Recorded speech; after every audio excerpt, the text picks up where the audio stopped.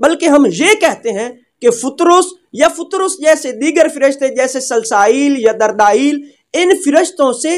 نامناسب کام انجام پائے، یعنی ہم یہ کہتے ہیں کہ فرشتوں سے ترک اولا ہوا جس کی بنیاد پر وہ اللہ کے عقاب و عتاب کا شکار ہوئے۔ اور فرشتوں کے بارے میں ترک اولا کا عقیدہ رکھنا نہ یہ قرآن کے مخالف ہے اور نہ ہی ائمہ معصومین علیہ السلام کے فرامین کے مخالف ہے۔ اور اس کی پہلی دلیل قرآن اور ائمہ معصومین علیہ السلام کے فرامین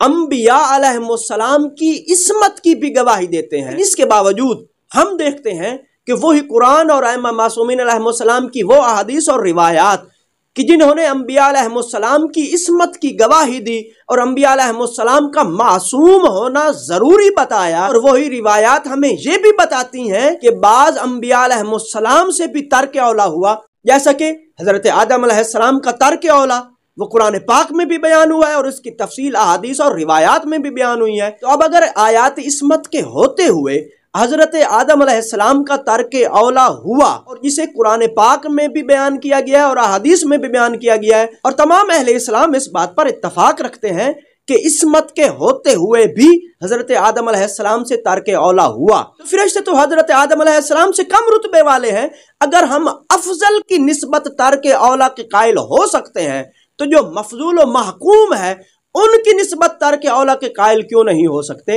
تو لہذا فطرس کا ترک اولا ہونا یا دردائیل یا سرسائیل سے ترک اولا کا انجام پانا یہ کوئی ناممکنات میں سے نہیں ہے۔ لہذا وہ روایات جن میں فطرس یا دردائیل و سلسائیل کے ترک اولا کا ذکر ہوا ہے ان روایات کو قرآن کے متصادم قرار نہیں دیا جا سکتا۔ بذات خود قرآن پاک کے اندر بھی فرشتوں کے ترک اولا کا ذکر آپ کو ملے گا، جیسے مثلا تخلیق آدم کے وقت فرشتوں کا اعتراض کرنا بذات خود یہ ایک ترک اولا تھا۔ ترک اولا سے مراد محض یہ ہے کہ اس شخصیت نے، چاہے وہ فرشتہ ہے یا چاہے وہ نبی ہے، کوئی ایسا کام انجام دیا ہے کہ جو کام ان کے لیے گناہ یا حرام تو نہیں تھا لیکن بہر کیف وہ ان کے منصب کے شایان شان بھی نہیں تھا۔ اپنی اس بات کی تائید میں کہ فرشتوں سے نامناسب کام انجام پا سکتا ہے، ترک اولا ہو سکتا ہے، میں علامہ محمد حسین نجفی کی ایک کتاب کا حوالہ دینا چاہتا ہوں۔ علامہ محمد حسین نجفی کی کتاب تفسیر فیضان الرحمن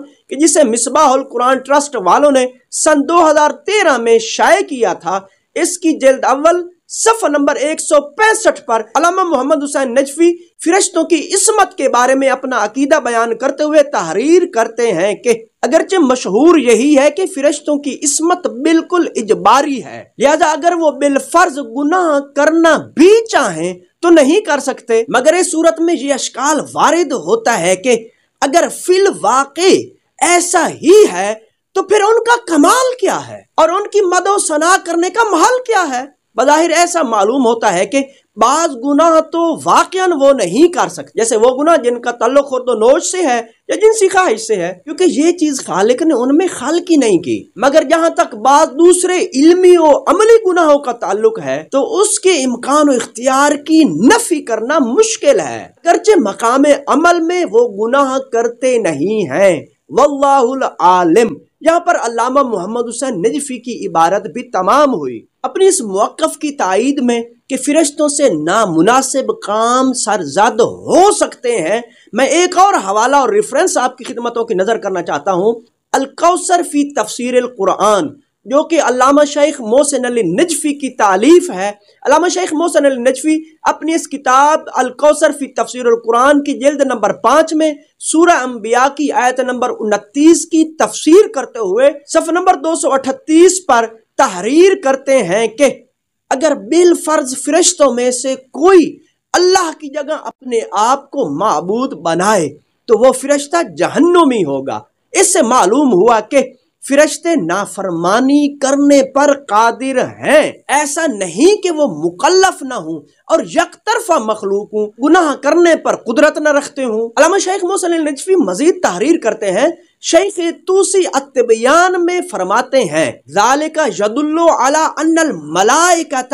لیسوا مطبوعین علی الطاعات ما یقول الجہال۔ ترجمہ،